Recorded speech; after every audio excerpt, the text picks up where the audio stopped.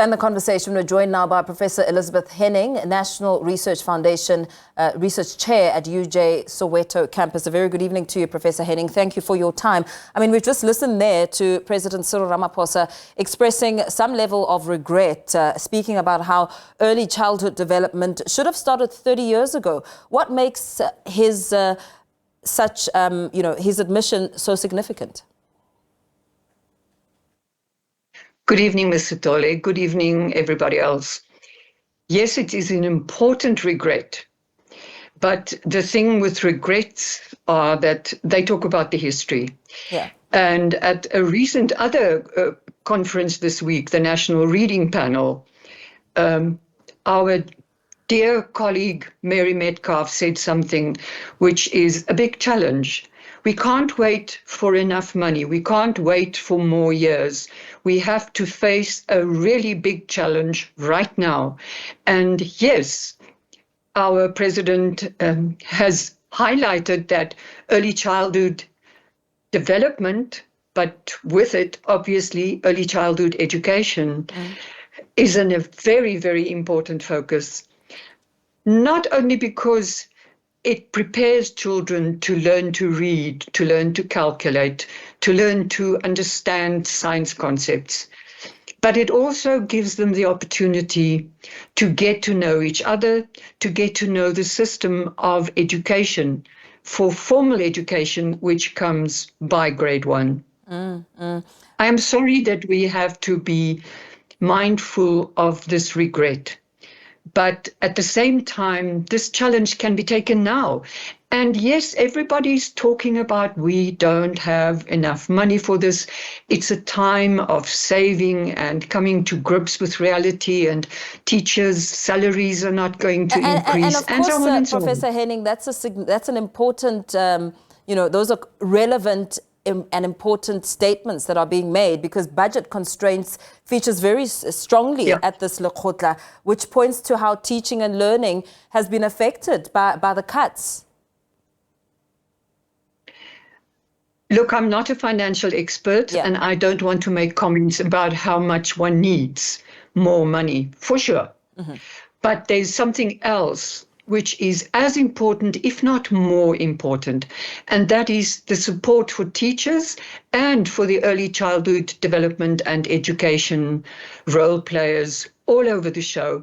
And ma'am, I'm old enough not to be an optimist in the full sense of the word, but I had a great sense from the work that we've been doing, our research in Gauteng, specifically in Soweto and a little bit in Northwest, and the development work in which we've been involved, that there's something hidden in our teaching core which we don't acknowledge.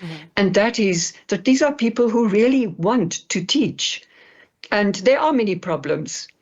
And I think this mountain that we're trying to climb now, and I salute everybody who wants to climb that mountain with all educators, let's give our teachers not necessarily more money, although there was a plea at this other conference I referred to pay foundation phase teachers more. Yes. Something to be said for that, but it's not realistic.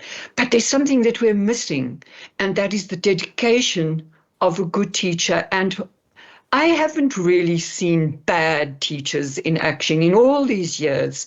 I see teachers who struggle for various reasons. I also see, and I thought I'd make this point tonight, I also see teachers who struggle with an early grades reading and mathematics curriculum that goes really very fast. And teachers want to comply. They are good service providers for our government, for our nation. They want to comply, so they moved, I think, too fast for most of the kids. Okay, is that the only problem, though? No, there are very many others. I think we know the others. Yeah.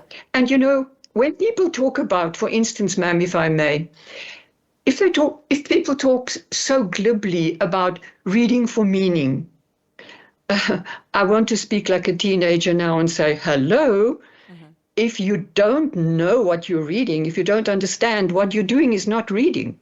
So I think reading per definition, whether you read science texts, mathematical equations, whether you read stories, it's understanding which makes it reading. So I want to say with regard to that, it's very easy to say that we can do proper bilingual education, but we have a first language, and the first language, the home language of every child, is a gateway to their understanding. I am fully supportive, for instance, of the components of the Bela Act. I don't know why people get upset about it.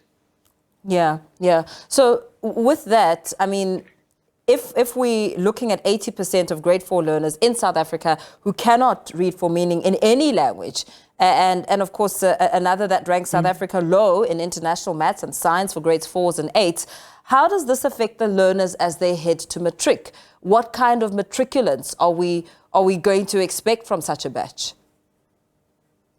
You know, in our lab on the Soweto campus, there's a saying which is like a mantra: matric begins in grade 1.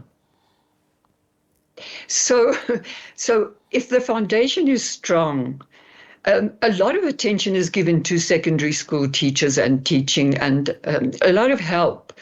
But we forget that if the foundation isn't made properly, my father was a builder, and he always said, if you dig deep enough and you make the concrete strong and you feed the concrete before you start building with the bricks of the curriculum per phase, then you're getting somewhere.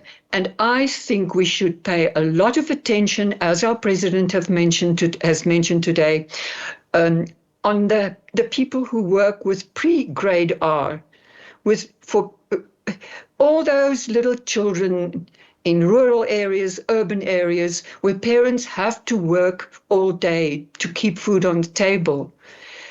We need attention and care for those. And I want to actually make a call. I hope many senior citizens are tuned in tonight.